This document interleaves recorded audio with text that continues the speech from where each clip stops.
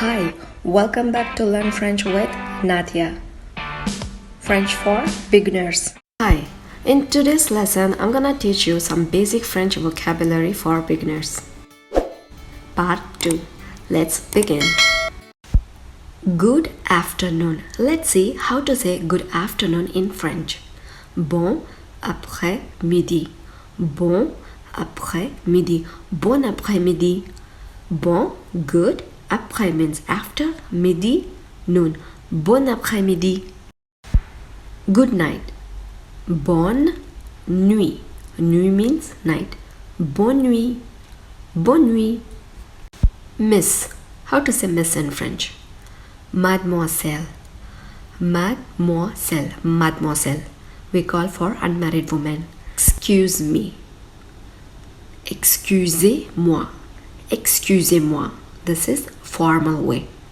Excusez-moi. Thank you so much. Merci beaucoup. Beaucoup means so much or a lot. Merci beaucoup. Merci beaucoup. You are welcome. Je vous en prie. Je vous en prie.